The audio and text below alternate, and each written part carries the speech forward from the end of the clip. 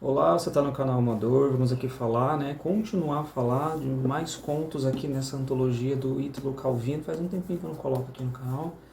E dessa vez eu vou falar de dois contos que eu li, achei bem interessante. O primeiro dele é o Geoff Goodman Brown, do Nathaniel Hawthorne, e o segundo é o Nariz, do Nikolai Gogol, né? Ambos ali carregam interpretações ali que vai além do texto, que vale muito a pena ser discutido. O primeiro, Geoff Goodman Brown, esse foi escrito pelo Nathaniel Hawthorne, né? E esse texto aqui vai carregar um pouco de característica sobre... Tem na sua característica um pouco do gótico, né? Um pouco da crítica a esse puritanismo que o Nathaniel faz né? Dentro da sua obra. E vai carregar um pouco de alegorias, vamos dizer assim, né? Se você for ver o texto e for pescando ali, na entrelinhas, o nome de personagem, toda a representação do espaço e tempo ali, e as ações que correm dentro do texto, você vai perceber o quê? Que ele está criticando a questão do puritanismo, ainda mais ele vindo, ainda mais o contexto, né, em que ele viveu, vamos dizer assim. Geoff Goodman Brown, né? Vamos pegar esse nome aí. Geoff Goodman é um jovem, né? É uma pessoa mais antiga. E Goodman, né? Um bom homem. É um bom homem.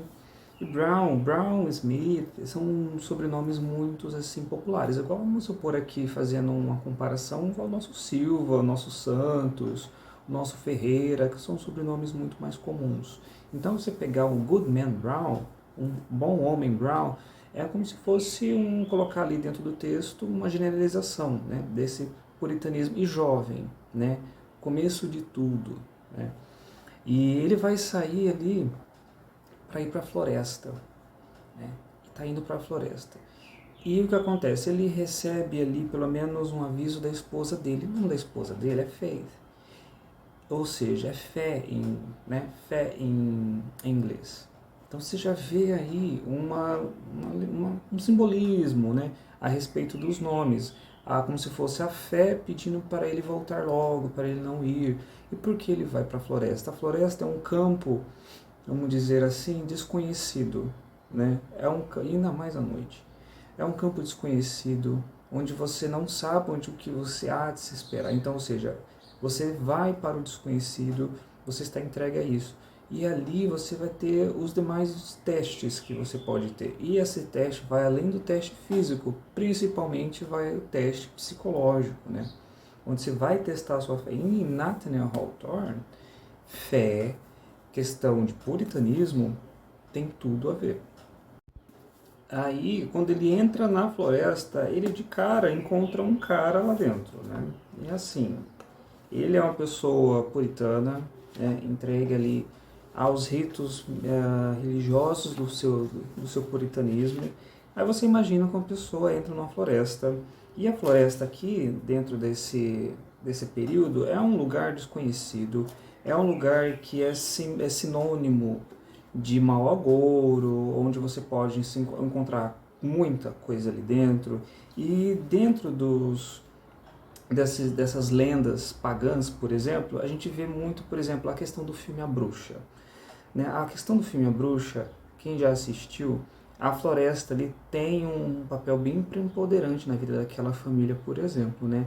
Tudo na floresta acontece. Os pais falam para as crianças não se aproximarem, não entrarem na floresta. Por causa do quê? Por causa desse mito, né? Dessa lenda onde os rituais pagãs, bruxas dançando na floresta, fogueiras, enfim. Isso é muito associado a esse período. E quando ele entra na floresta, ele dá de cara com esse sujeito, esse homem. E ele começa a acompanhar o Goodman Brown. E quando ele vai acompanhando, eles vão conversando e tal. E esse homem está ali com um cajado. E dentro da literatura fantástica, cajado significa o quê? Sabedoria, misticismo, magia. E esse homem vai acompanhando o Goodman Brown naquelas coisas, naquelas conversas. E o Goodman Brown vai falando que não, ele deixou a esposa dele em casa, ou seja, deixou a fé, mas com o intuito de voltar para a sua fé, né? Como se fosse aquele teste. E ele vai comentando para o Goodman, esse sujeito, né? Vai comentando que ele sempre esteve junto né? Não só do povo ali dentro do Goodman, mas como para os familiares dele, né? E sabe de muita coisa a respeito do que os antepassados do Goodman Brown fizeram. Aí você pensa o seguinte, que é uma pessoa puritana, uma galera puritana, né, servindo ali tal, somos bons, somos Goodmans. E ele vai falando de algumas coisinhas que os antepassados do Goodman Brown fizeram, ou seja, que contrapõem a essa versão puritana que eles comentaram, ou seja, você fala uma coisa, mas você pratica outra. Essa é uma das principais críticas aqui que o Hawthorne vai fazer dentro do texto. Aqui tem um trecho onde ele comenta, né, que fala dos antepassados do Goodman. Meu caro, não diga uma coisa dessas, observou o homem mais velho tratando de parar. Bendito Goodman Brown, sou tão íntimo de sua família a ponto de quase ser eu mesmo um puritano. A ponto de ser quase um puritano, ou seja, a pessoa não é puritana. Para mim é fácil dizer certas coisas. Ajudei seu avô, o encarregado, quando ele prendeu a mulher quacre tão habilmente através das árvores de Salem. E acompanhei de muito perto seu pai quando ele ateou fogo a uma aldeia de selvagens na guerra do rei Filipe. Éramos bons amigos, os dois. Tivemos caminhadas agradáveis por aqui. Voltávamos felizes depois da meia-noite. Até por respeito a eles, eu gostaria de ser seu amigo. Então, nessa fala, a gente já vê o quê? A farsa de tudo isso. O puritanismo na fala, né? Mas nas práticas existe outra coisa. Por que ele fala isso? Quando esses puritanos vieram da Inglaterra, eles se depararam, aconteceu a mesma coisa no Brasil. Vieram os portugueses para cá, os jesuítas, viram aquele bando de índio na floresta, pelados, enfim. E eles colocaram, de acordo com a visão dele, que esses índios eram selvagens e eles precisavam se ater aos costumes europeus, a esse puritanismo europeu. E aquilo que não era seguido o puritanismo europeu era morto, era forçadamente catequizado, tudo isso, né?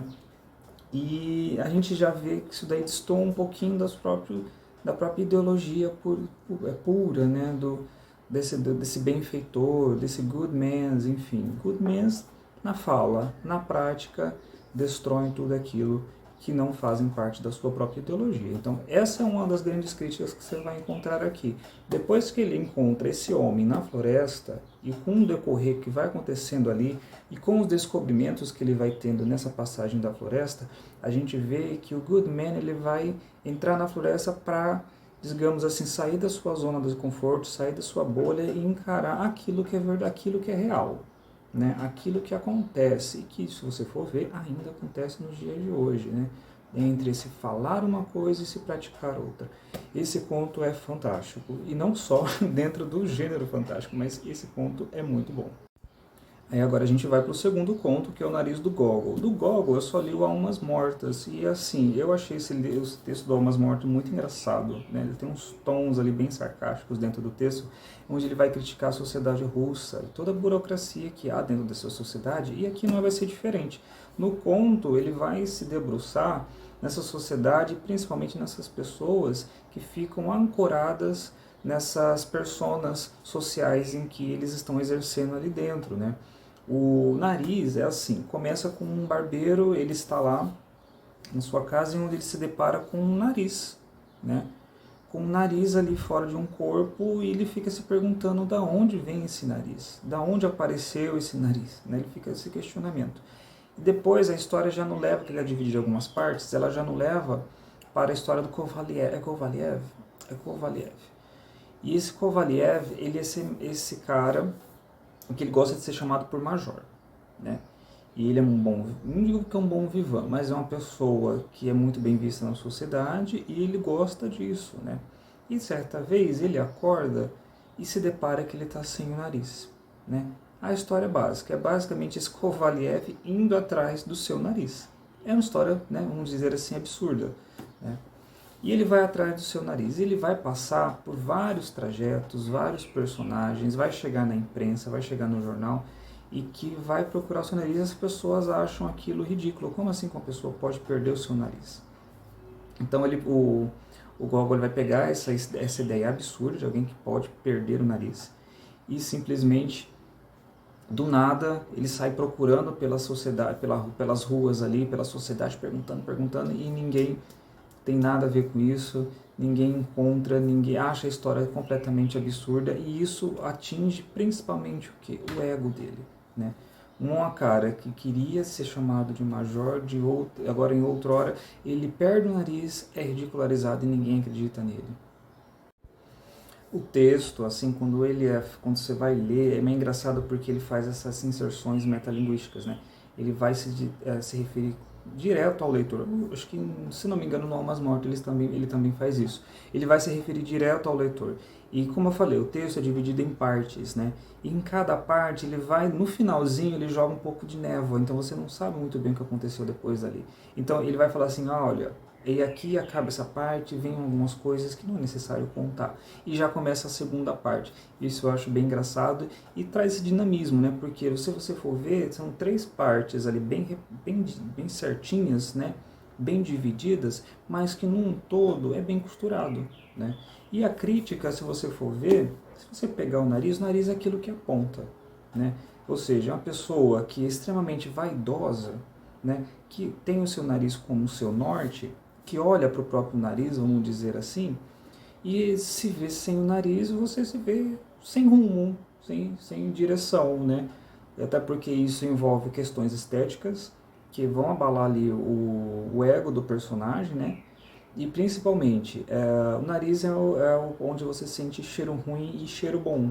Você não tem distinção de cheiro ali, né? Você não sabe se você está cheirando bem, se você está cheirando mal, né? Como as pessoas vão analisar ali, averiguar o seu odor. Se você está cheirando bem ou mal, você não vai saber, né? O quanto sujo você está perante a sociedade. Os outros vão saber que você está sujo, mas você não. Por quê? Porque você não tem o seu nariz, né? E o Kovaliev, posso estar falando o nome errado, tá?